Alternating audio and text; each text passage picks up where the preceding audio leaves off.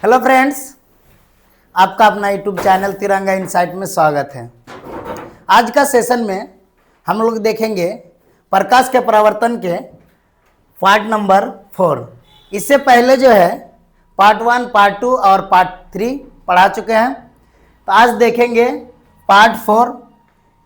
तो आइए देखते हैं पार्ट 4 में क्या क्या टॉपिक है।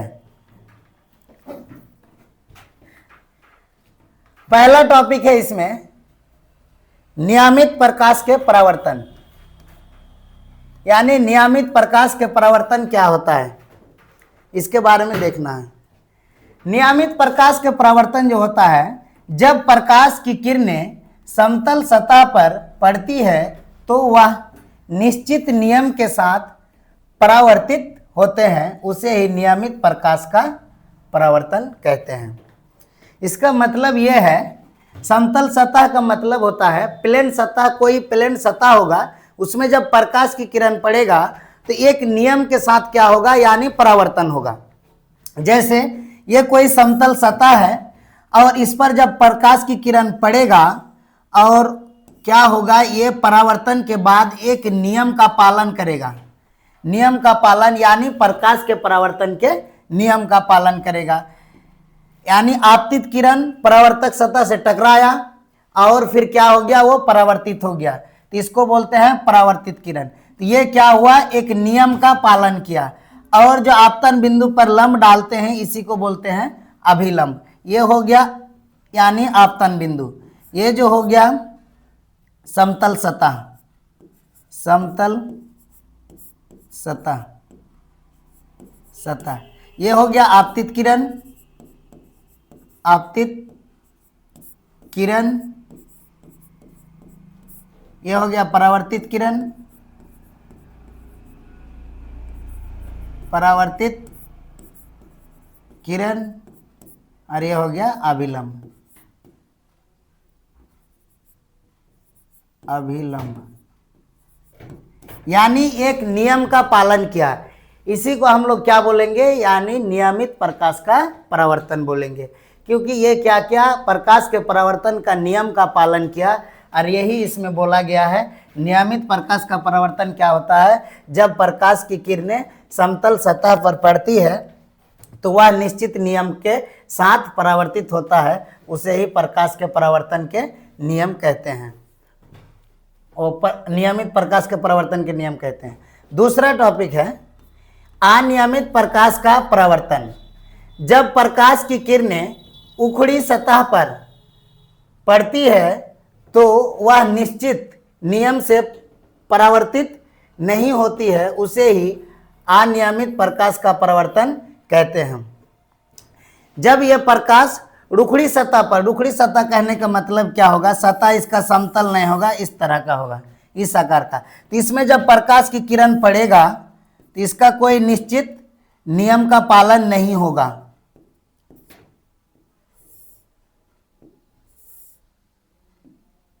निश्चित नियम का पालन नहीं होगा, इस तरह से होगा। तो जब ये निश्चित नियम का पालन नहीं करेगा तो इसे ही हम लोग क्या कहेंगे, अनियमित प्रकाश का परावर्तन कहेंगे। ये क्या कहलाएगा, अनियमित प्रकाश का परावर्तन कहलाएगा। ये जो होगा अनियमित प्रकाश का परावर्तन। अनियमित प्रकाश का परावर्तन एक निश्चित नियम का पालन नहीं करता है, रुखड़ी सतह पर पड़ता है, तब इसको हम लोग क्या बोलेंगे, अनियमित प्रकाश का परावर्तन।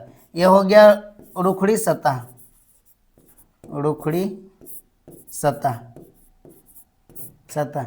फिगर को भी नोट कर लीजिएगा। उसके बाद जो है दर्पण, यानी दर्पण। दर्पण क्या होता है, एक कांच का टुकड़ा, एक कांच का टुकड़ा होता है, यानी कांच का वैसा टुकड़ा जिसका एक सतह कलाई किया या पेंट किया हुआ हो, उसे क्या कहते हैं, दर्पण कहते हैं। यानी कांच का कोई ऐसा टुकड़ा है जो एक तरफ क्या होगा, एक सतह में कलाई किया हुआ होगा या पेंट किया हुआ होगा, उसे हम लोग क्या कहेंगे, दर्पण कहेंगे। दर्पण को जो है 3 भागों में बांटा गया है। पहला भाग है समतल दर्पण, दूसरा भाग है गोलीय दर्पण, तीसरा भाग है परवैलिक दर्पण। समतल दर्पण क्या होता है देखते हैं।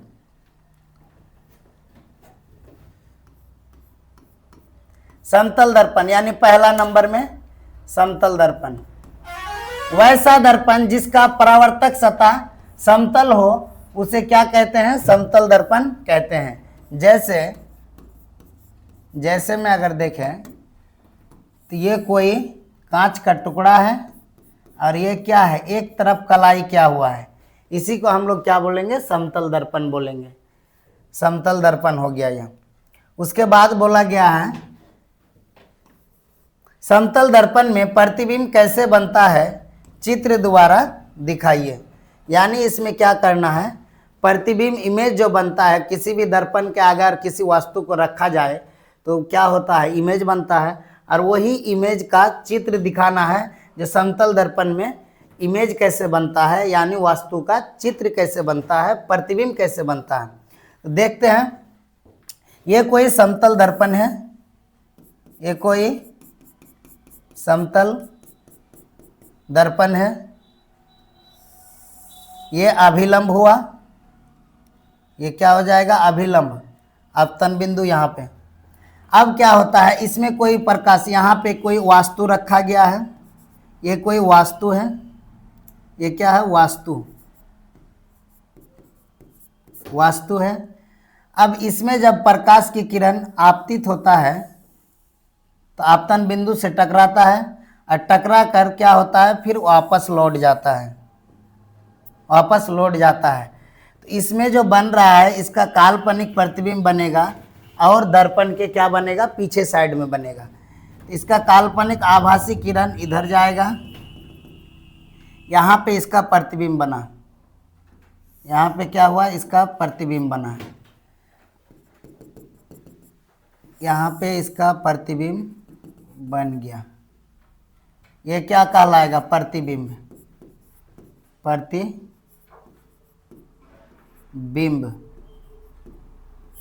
यानी इमेज, ये प्रतिबिंब बना।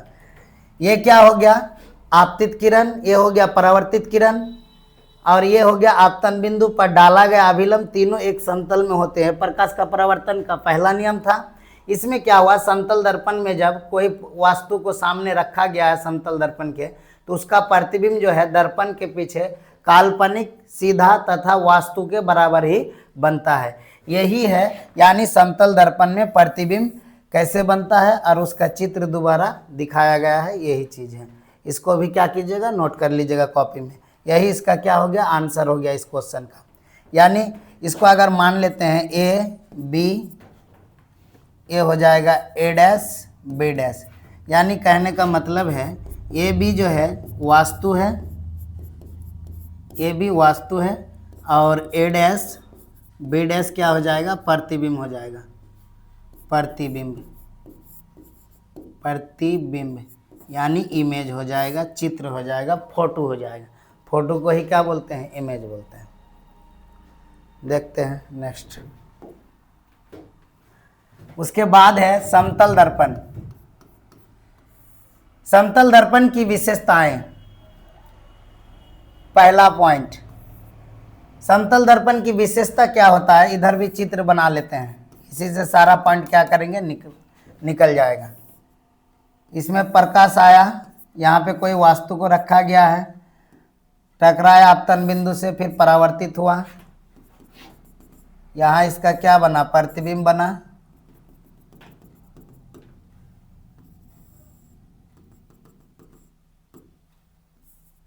ये हो गया प्रतिबिंब, ए डैश बी डैश, ये हो गया ए बी। तब क्या होगा, पहला पॉइंट बोला गया है, इसमें हमेशा काल्पनिक या आभासी प्रतिबिंब बनता है। यानी काल्पनिक या आभासी प्रतिबिंब उसे कहेंगे जो दर्पण के क्या बनेगा, पीछे बनेगा। तो ये क्या हो रहा है, दर्पण के पीछे बन रहा फोटो, इसीलिए इसको क्या बोलते हैं, काल्पनिक प्रतिबिंब या आभासी प्रतिबिंब। तो ये क्या हो रहा है, यानी दर्पण के पीछे बन रहा है। तो जो भी प्रतिबिंब या फोटो दर्पण के पीछे बनेगा उसको काल्पनिक या आभासी प्रतिबिंब ही कहेंगे। इसलिए इसमें क्या हो गया, इसमें जो है हमेशा काल्पनिक या आभासी प्रतिबिंब बनेगा, क्योंकि समतल दर्पण जो समतल दर्पण में जो फोटो बनता है वह दर्पण के पीछे बनता है। इसीलिए इसको हम लोग क्या बोलेंगे, काल्पनिक प्रतिबिंब। इसको क्या बोलेंगे, काल्पनिक प्रतिबिंब। काल्पनिक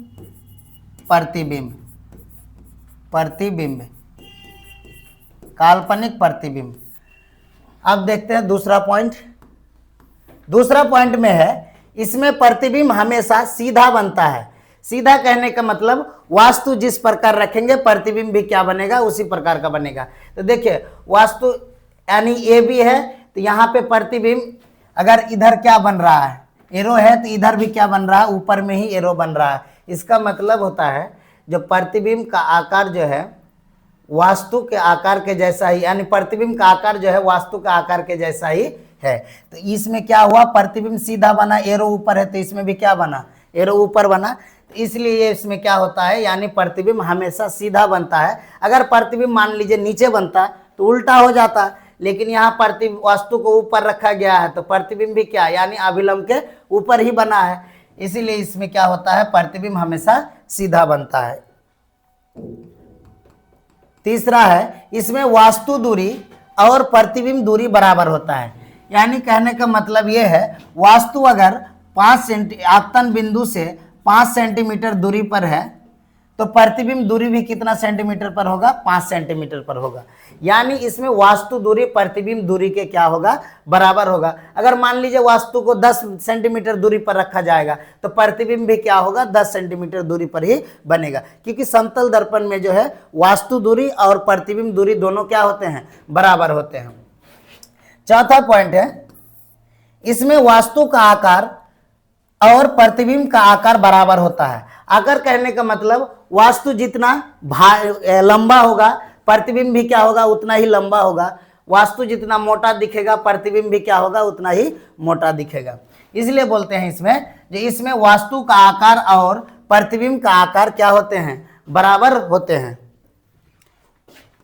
पांचवा पॉइंट, इसमें दायां अंग बायां और बायां अंग दायां दिखाई पड़ता है, जिससे हम लोग क्या बोलते हैं, पार्श्विक परावर्तन कहते हैं। यानी दायां अंग जो है जब समतल दर्पण के सामने खड़ा होंगे तो दायां अंग बायां दिखेगा और बायां अंग क्या दिखेगा, दायां दिखेगा, यानी प्रतिबिंब में। तो वही बोला गया है, इसमें दायां अंग बायां और बायां अंग दायां दिखाई पड़ता है, जिसे हम लोग पार्श्विक परावर्तन कहते हैं। समतल दर्पण का फोकस दूरी और वक्रता त्रिज्या दोनों क्या होते हैं, अनंत होते हैं। अनंत मतलब इधर कहीं बना होगा, इधर भी कहीं बनेगा, तो इसीलिए इसको बोला गया है अनंत। यानी समतल दर्पण का जो फोकस दूरी जो होगा और वक्रता त्रिज्या जो होगा क्या होगा, अनंत होगा। उसके बाद नेक्स्ट टॉपिक है समतल दर्पण। यहां से क्या हुआ, समाप्त हुआ। समतल दर्पण की विशेषता, यानी इसमें क्या होता है, हमेशा काल्पनिक और ये आभासी प्रतिबिंब बनता है। काल्पनिक का दूसरा नाम आभासी है। इसमें क्या होता है, प्रतिबिंब हमेशा सीधा बनता है। वास्तु दूरी प्रतिबिंब दूरी के बराबर होता है। वास्तु का आकार प्रतिबिंब के आकार के बराबर होता है। यानी वास्तु का आकार जिस तरह का होगा प्रतिबिंब का आकार भी क्या होगा, वैसा ही होगा। और जितना लंबा वास्तु होगा प्रतिबिंब भी उतना लंबा होगा, और वास्तु दूरी जितना होगा प्रतिबिंब दूरी भी क्या होगा, उतना ही होगा। दूसरा नंबर में क्या था, गोलीय दर्पण। गोलीय दर्पण देखते हैं। गोलीय दर्पण वैसा दर्पण जिसका परावर्तक सतह खोखले गोले का एक भाग हो, उसे क्या कहते हैं, गोलीय दर्पण कहते हैं। उसे गोलीय दर्पण कहते हैं। यानी गोलीय दर्पण कहने का मतलब है इस तरह का रहेगा। ये कोई गोलीय दर्पण होगा, यानी इसमें क्या होगा, इसका एक साइड यानी अंदर खोखला भाग, इसको वक्रता केंद्र कहेंगे। इसी को बोलते हैं गोलीय दर्पण। तो आज यहीं तक रखते हैं, फिर मिलते हैं अगले वीडियो में, और इससे आगे फिर क्या अगले वीडियो में कराया जाएगा। यानी गोलीय दर्पण तक आज रखते हैं। गोलीय दर्पण का अगले वीडियो में प्रकार पढ़ेंगे, कितने प्रकार का होता है गोलीय दर्पण। तो इसको आप लोग नोट करके बढ़िया से रिवाइज करके फिर नेक्स्ट वीडियो में मिलते हैं। धन्यवाद।